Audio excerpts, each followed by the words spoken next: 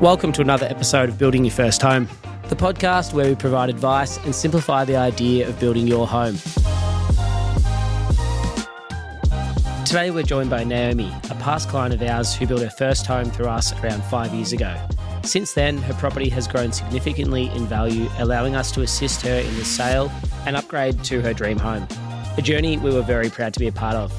Naomi brings a unique perspective, not just as a homeowner, but also as a psychologist with a Master of Professional Psychology. She has spent the past 10 years working in emergency services and 4 years in private practice, helping people navigate high-pressure situations, something that can definitely relate to the home building process. In this episode, we'll dive into Naomi's experience as a first-time builder, how she approached the journey from a mindset perspective, and what she's learnt along the way. If you're thinking about building but feeling overwhelmed, Naomi's story will give you the confidence and insight to take the next step. Let's get into it. Welcome to the show, Naomi. Thank you. Thanks for having me. It's great to have you here. Thank you. So obviously you bring a really unique perspective today because your experience in our industry is actually as a client building your first home.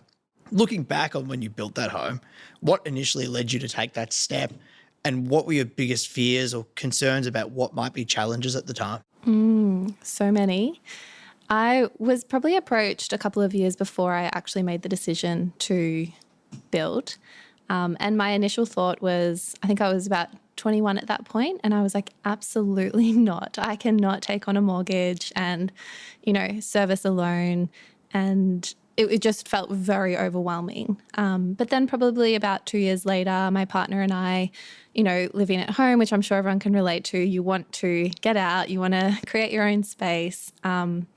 And yeah, probably we were about 23, I think. And we were like, okay, yeah, let's just buy a block of land, one that doesn't title for a while so we can kind of like use that time to prepare.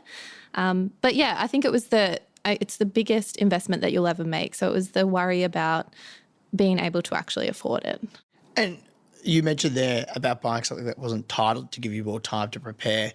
What did that look like for you? Was it a case that you prepare yourself just for the idea of having your own home, or did it give you time to save, or what were the benefits you found in that process? I think it was a bit of both. And I guess to rewind a little bit, we spent a lot of weekends walking through Display homes? Yeah, display homes. Yeah. I was like those display home Those villages. houses. Yeah. Yeah. And just spending so much time walking into them and finding out, what is the right one. And then we came across your display home, and I think it was actually the conversation that we had around, if you don't feel quite ready now, there are some blocks that are titling soon in like a year or so, not like next week. So that did give us more time to save and kind of emotionally prepare. You also mentioned obviously having some concerns around being able to afford your own home. How did you work through those? Well, I think we were quite naive looking back on it. We thought that we would be able to, save up a bit of money, get a mortgage, buy a place in a town, in the neighborhood that we grew up in, and it was going to be like our dream home immediately. When in reality, it was probably more like you just need to take a step. You just need to get into the market.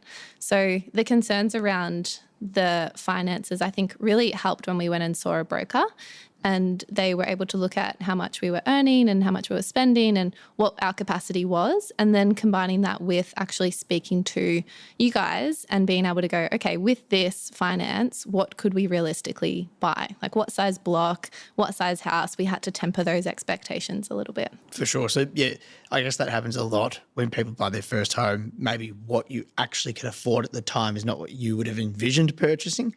But then I guess another nice thing about that with the land not titling is, did you find that the value had increased as well before you even had to settle on the property? Yeah, when it came time to getting our block valued, it had gone up in price, which was exciting. And that kind of gave us a bit of an insight into, well, maybe this will keep happening over the next couple of years. And I guess why you'd made the right decision in a sense to go and buy something now and maybe not wait to be able to buy your dream home, but to just get into the market with a home. Yeah. So 5 years on, your property obviously saw significant growth in value. Did you expect that when you went into this process of building your first home, or what has that meant for you as a homeowner? No, I didn't expect it at all. The suburb that we built in, as I said, I had to kind of temper the expectation. So we had to buy a block that was a little bit further out. We didn't have a lot of friends and family near us at that point, but they did come later. So we didn't know much about the suburb. We didn't know that it was going to increase, but I know through conversations with you guys, you were kind of saying, we are seeing an increase in blocks, and already I feel like we got a pretty good price on the block for the size that we had. But you had already said it's going to go up. So I think there was a lot of trust there that we just had to ride along the journey and trust the process. Well, I think for us, we'd already been selling houses in that particular location for a couple of years, and we'd seen a lot of the growth happened pretty early, but we knew there was still a lot of infrastructure and a lot of things that were happening in that particular suburb. So I think for us, it was kind of we've seen this growth, and for what's coming in the future, we anticipate this growth again. And it's pretty much hit exactly what we thought it would, which has obviously been really good for you guys. Yeah. I guess that thing too where you can't be an expert on everything. So sometimes you do have to put the trust in the people who look at it every day. And obviously, from a somewhat educated or cautious standpoint, don't just blindly trust people, but where it makes sense and the advice seems, to be beneficial to you, sometimes it is worth following. Yeah. And you guys had been selling houses in that area for years. So whereas we had never really That's right, been yeah. there. And so many people would come into us in the display home that seemed like it was in the middle of nowhere and would kind of say why would I want to build around here? But, you mentioned before there was no friends and family really in that location, but what ends up happening is people start to see the benefit, whether they can capitalize on the growth by getting in on the early days. A lot of people, it takes them some time to actually see the potential in that suburb, and then they go, all right, well, I've got friends there. It's got this infrastructure. It's got schools. It's got freeway access. It's actually not that bad anymore. I'm going to go and drive 20 minutes from where I really want to be to live in a house that I can afford. And then obviously the byproduct of that is you can sell it 5 years later like you've done and actually go and afford the dream home that was unattainable, 5 years ago. Yeah. And I guess when you made that decision initially to go and purchase this property, what was your mindset around the purchase? Did you think at that time, well, this might be it for us? Or did you look at that purchase as this is something for now to get us to where we want to be later? No, we definitely looked at it as a stepping stone, and we always kind of put a 5-year mark on it. We were hopeful that in 5 years it would have increased in enough price that we could then take our next step and hopefully move back into the suburbs that we wanted to live in. We always kind of looked at it through that lens, but actually once we were in there, we loved it. It was worth it. I think that's always the funny one is everyone thinks okay, let me put myself through this 5 years and I'll cap it at 5. Yeah. And it will be bad, but it will get me where I want to be. But the reality is once they move into that home, they're like, well, actually, this area is not as bad as I thought. Now that I'm here, it has shops, it has cafes, it has different amenities, and I can live here more comfortably than I can in my bedroom back at my parents' It's house. much better than your childhood bedroom. Yeah. I think I did the same thing. I gave myself maybe a 1 year aggressive strategy. I'll build it, I'll sell it. 3-4 years later, you're like, this is not too bad. And obviously the longer you can hold onto a property in these areas, obviously the more capital growth you can see. And then, you're not always ready to make that next step in any case. Had you guys gone and bought your dream home 2 years ago, it probably wouldn't have really changed your lifestyle overall. So, it all works out. Yeah. But obviously at that time you made the decision to build versus buying an established property. A lot of people have concerns sometimes around building because it seems a lot more difficult or a lot more stressful than just buying a home that they might have seen. For you, what was your biggest concern when you went into building your first home? I think there was a few things. We definitely did look at just buying a house, but we really quickly realised that if we were to buy a house in a suburb we wanted, it was going to be old and run down and, we'd have to renovate, probably put a lot of money into it. So that's when we made the decision to go into the building process. I'd say the biggest worry that we had was the amount of decisions you need to make and the amount of trust that you need to make, that kind of give to the people you're working with. I remember meetings with brokers and emails from conveyancers and emails from you guys, just so much overwhelm as a part of the process. But I guess you soon start to realize that, you're trusting the people that have done it a lot of the time and it does kind of start to smoothen out. So you found maybe as you went through the process that those concerns, did you find them to be true, or did you find that to be something that was challenging? Or do you think as you went through the process, actually it became a lot easier than you were expecting? It became easier than I was expecting, yeah. You also mentioned there that in that early part of the process, you were considering the option of either renovating or building. And I think that's a really interesting thing to touch on here. And I think it's a really smart way of looking at your first home, because you ultimately, I think, want to be purchasing a property you can add value to. So obviously doing a renovation, you're adding value, or if you're taking a block of land and putting a build on it, you're adding value. And I think what you pointed out there is the easier of the two realistically is probably building, because otherwise you're living in a renovation site the whole time. Is that part of the reasoning why you went away from renovating? Was it the idea of living there, or? Yeah, I think we steered away from renovating because we were kind of thinking a lot of unknowns in that space. That's true. And, I guess you get worried as well. Like, if I buy this old house, is it going to have like termites, or is the roof going to fall in? Like, there's a lot of worries, whereas with a brand new house, you feel safer. Like, it's going to be brand new. You can get a fixed price up front and you can know exactly what you're going to spend, where maybe if you're a first home buyer with limited savings, renovating has too many risks involved, where if it's just cosmetic, fine, it works. But as soon as you get in, and as you said, there could be termites, it could need replumbing or any of these things, maybe all of a sudden you've got a house you can't even live in. Yeah. That's true. Or big cost blowouts that you actually don't have the money to fix. Yeah. Where I guess in a new home, obviously things are under warranty and it's a lot of certainty. Essentially, I guess building is a really good way to add value to your first home, to invest essentially without taking on too much level of, or too high a level of risk. Yeah. And it's fun. It was actually a very enjoyable process, getting to pick the tiles and the carpet and the paint color and the facade. That was something that I will always look back on really fondly. Well, I have a memory that you had an Instagram page. I did. That's how excited I was. Yeah. Well, a lot of people end up doing it because it is such an very exciting common. experience. Yeah. And you get very involved in it too. And you obviously learn a lot about the whole building process. What is something that maybe you learned about yourself about decision making? Well, there was a lot of decisions to be made. And from a psych perspective, it was actually decision paralysis. Like, it got to a point where it was just like, I can't make any more, which is why I really valued having my partner, Harry, to navigate that through with. And also the consultants at what's the place called where you pick all your colours and stuff? Colour selection. Studio. At the colour studio. They were interior designers and they were able to tell us what might match and what might go well So basically together. you found it, Harry just said yes. Yeah. That's how it usually goes. I think a lot of people don't realise that they do get that level of support too up front.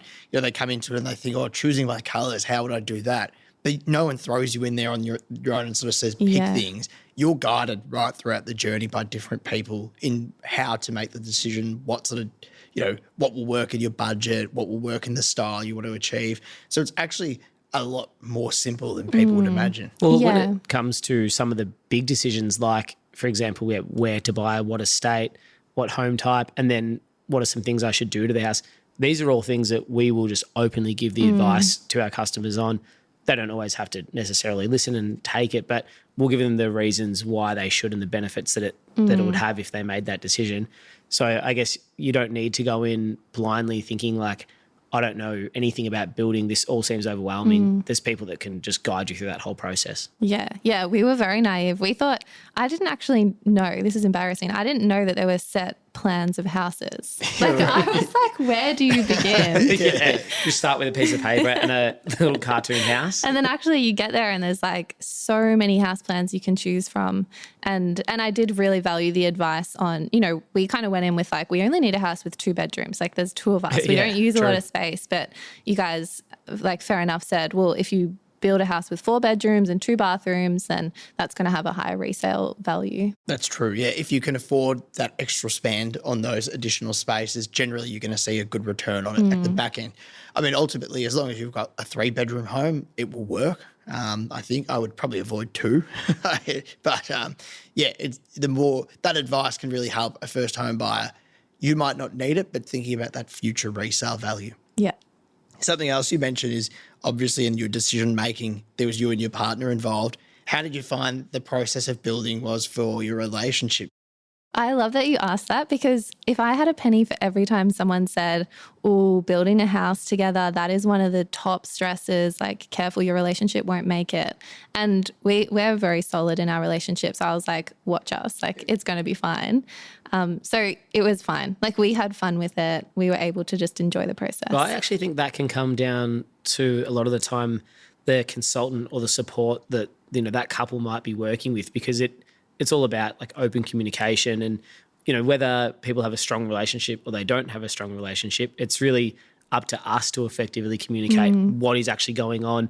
And then if one of the people in the relationship don't fully understand it, it's not really up to the partner to explain that, you know, it's up to them to come back to us. So I think we find a lot of the time you can see the argument like starting to happen, but it could be because someone has a question that they think is stupid, but it's actually not a stupid question. Yeah. They just don't know the answer to it. True, having the right support helps a lot 100%. on that. Yeah. I also think there's a lot of people who have relationship problems already and they think a new house will fix it. And they think it was the house that caused the problems. But the problems were there before It just exacerbates it. Yeah. That is true. I mean, sometimes we have to put our psych hats on and the counsellor hats and help people through.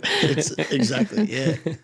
What about then what were some of the biggest lessons you learned about decision making in building a home?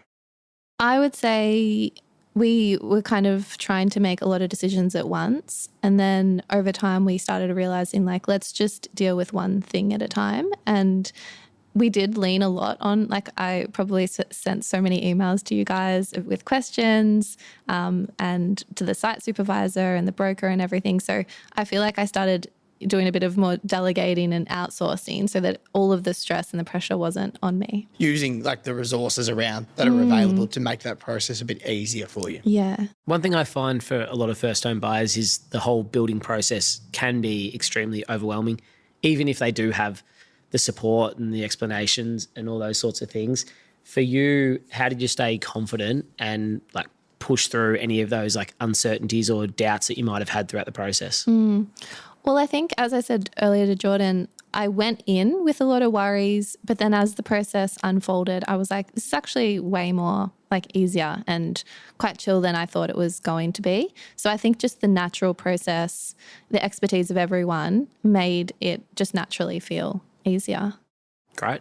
So if you could go back and give yourself one piece of advice, like specifically around building your first home, what would that look like? It would probably be do it sooner. True. Just get in the market. As soon as you can. Yeah, That's don't let the fears get in the way. It is a big investment. It's a big decision, but it is absolutely worth it when you get the keys and you walk in to your own house and then you get to, you know, create this space that you love coming home to. Yeah, I would do it way earlier because the market had already kind of gone up a little bit by the time I got in. So, yeah. I think buying property is one of the few investments you can make that you actually get personal enjoyment out of as well. You know, you can buy shares, you can do all these different things, but I mean, you know, the property, it goes up in value, but you also get to live there and improve your own lifestyle as well. And I think it's something, I don't know if this was the case for you, but a lot of people are almost worried in that first step to go and speak to a broker or somebody like that to see what their position is because they just think, well, I'm not there yet. I don't have a 20% deposit. I don't have enough income, whatever it might be that they think holds them back. Is that something you found early on in the process for yourself that you were worried about approaching the people? Yeah, I guess we didn't know what we didn't know. So we thought that you did have to have a lot more of a deposit and, you know, that you had to save a lot more. But that first meeting with the broker was very helpful to realize, actually, this is how much you need to save. And there's things like the first home owner grant, which really helped the process and not having to pay stamp duty, those few things. I do remember early in the process speaking to you guys and you were sort of like, based on where we're at in our lives, there's no way we can buy a house. And I was thinking about it and, you know, at that stage in my career, I'd already helped quite a lot of people. And you look back at all your different clients and the different situations and it is very achievable as much as the media loves to put it out there to say owning your home is very difficult. No one's ever going to be able to afford a house.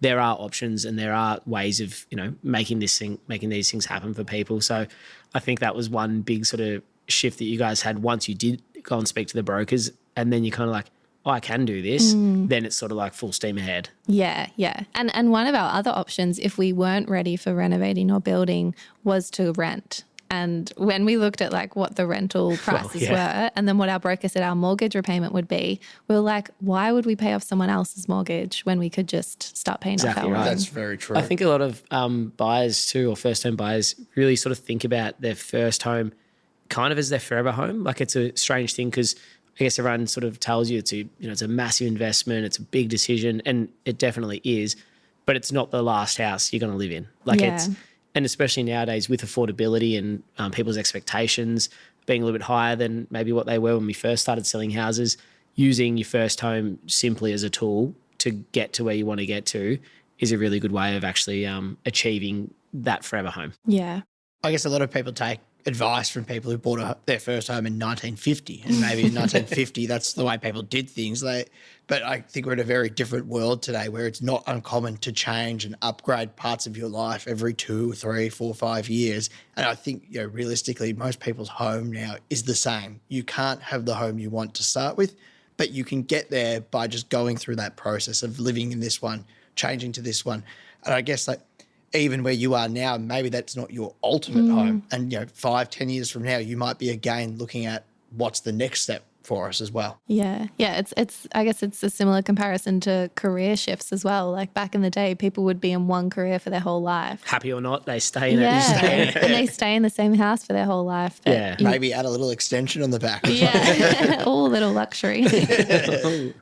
But I think, that's something that, it's really important that people feel comfortable to accept, is that I can buy, build, do whatever, this home for now, but I can make that step later when I'm ready to the next one. And doing this will actually get me closer to that end goal. It's not going to take me further away from it. Yeah. No, for sure. I do say that to people. I'm like, if you build it and you move into it and you hate it day one, we can sell it and there's a very high chance you're going to make a profit on it. So it's not like you're locked into that property and that's where you're going to live for, forever. There's always, ways out of things too. Yeah. Yeah. And then on what we were saying before, I think, it's really important too for people to feel comfortable to go and speak to the people at any stage. Like it doesn't even matter even if you are going to start work next year and you want to set a plan in place of how do I get into my home, start those conversations and get specific goals and look at it from an educated position. Don't guess how much deposit you'll need. Don't guess what your budget's going to be.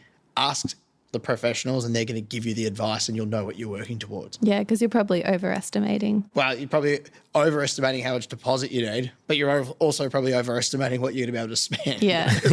There's a bit of both. The old online calculator doesn't always take help. everything into account. Yeah. No. I know recently we've had a client that was still studying, but they knew they were coming to the end of their degree. So they came to us to start sort of talking about it and getting that advice. And I actually thought that was like a really smart move by them because they weren't in a financial position to buy something right away because they were still studying, but they knew they were going to get this degree. It was just a matter of time before they got that job. They knew roughly what that job would pay. So you can kind of look at it and say, in the future when all these things are starting to happen for you, this is what you're likely going to be able to borrow and this is what we can look at. And like again on sometimes with land titling a year or 2 years out, sometimes you can take that educated sort of risk, I suppose, and put that deposit down on that block, lock in that price, and in 2 years' time when you've got the job, you can settle on it with no issues. Yeah. It's always a way. So obviously you built that first home, you've lived in it for 5 years, and you have now sold that first home and you've done this process and you've made the next move. What were some of the factors that made you feel that you were ready and it was time to make the move? Well, we were coming up to our 5-year kind of time that we had set. Yeah. And I mean, we were flexible with that. We were like, it can be 5 to 7. But to be honest, we were like ready for something new, to take on a new opportunity. And we had been looking at houses for about a year in a different suburb that we wanted to get back to. And I guess like a really good house came up that we were quite keen on. So that was the propelling thing that was like, all right, let's get our house on the market. Yeah. I was like, I contacted you guys. I was like, we need to get it up this weekend. You need to get into that new house. Yeah. Luckily, what we didn't realise, there was 8 other sales riding on the sale of your house. Yes. So Merry Christmas to everybody else that got their new Happy homes. families last Christmas. Yeah. What's the new house for you? Is it a bit of a project or? Yeah, it's a project. It's beautiful to live in as it is. So it's just going to be kind of leveling it up to the next stage. But it's in an area that we always kind of had our eyes on. So it feels good to be there.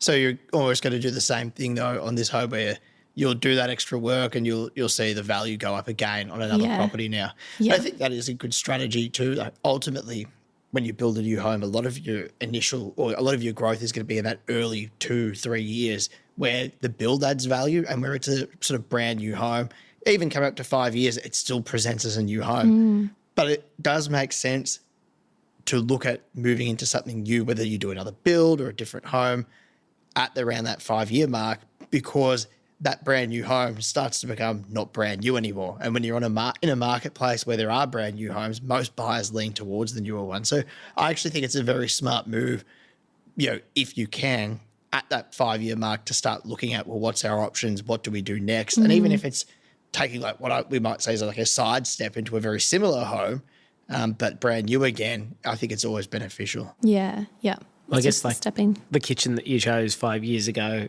and the way things change very quickly now can easily be out of fashion. Might come back into fashion in 5 years. Yes, Like you just don't know. The But in a trends different change. way. Yeah, that's true. I Yeah, can't always believe I loved our kitchen splashback tiles, and now I cringe when I think about them. Yeah. But everyone loved them at the time. Yeah, They were in Oh, trend. I think I had them too. So I guess once you've got your plans for your new property, do some renovations, improve it, level it up, and then what are your property plans from there? I think we'll see where we might land in 5 years, how the house is looking. But yeah, I would never kind of set myself in concrete and be like, this is my forever home. We're always looking and open-minded. So perhaps selling this one and getting another one, or maybe doing an investment. That would be a good decision. An investment is always a very good decision. Yeah, if you're happy where you are, that is your other option, is don't just let the house sit. I think that's a mistake a lot of people make too, is their focus becomes pay off my house. But the reality is, if you've got all that money just sitting in your house doing nothing for you, it's not making you any extra money it could be making. So it's always smart to unlock any equity and use that again. And I guess like you did step one, building your first house to live in, you go step one, building your first investment property, That's very true. start building that portfolio. Yeah. It's been great to have you here today, Naomi. It's been great to hear your insights as an actual home builder and how you found the journey and what you learned along the way. And I guess the advice you can actually provide to the listeners, if they're looking at building their home too. So we really appreciate you taking the time to be here, and we hope you have you really enjoy being in your brand new home as well. Thank you. And thanks for the help in building the house and selling the house and getting into our new one. It's been an amazing journey. We'll be here for the rest of them. We're always happy to do it. Thanks, guys. Thanks. That's a wrap for today's episode of Building Your First Home, brought to you by Turnkey Building Group. We hope you found our discussion insightful and feel more confident as you embark on your home building journey. If you enjoyed this episode, please subscribe to Building Your First Home on your favourite podcast platform. Also, follow us on social media at Turnkey Building Group for the latest updates and home building tips.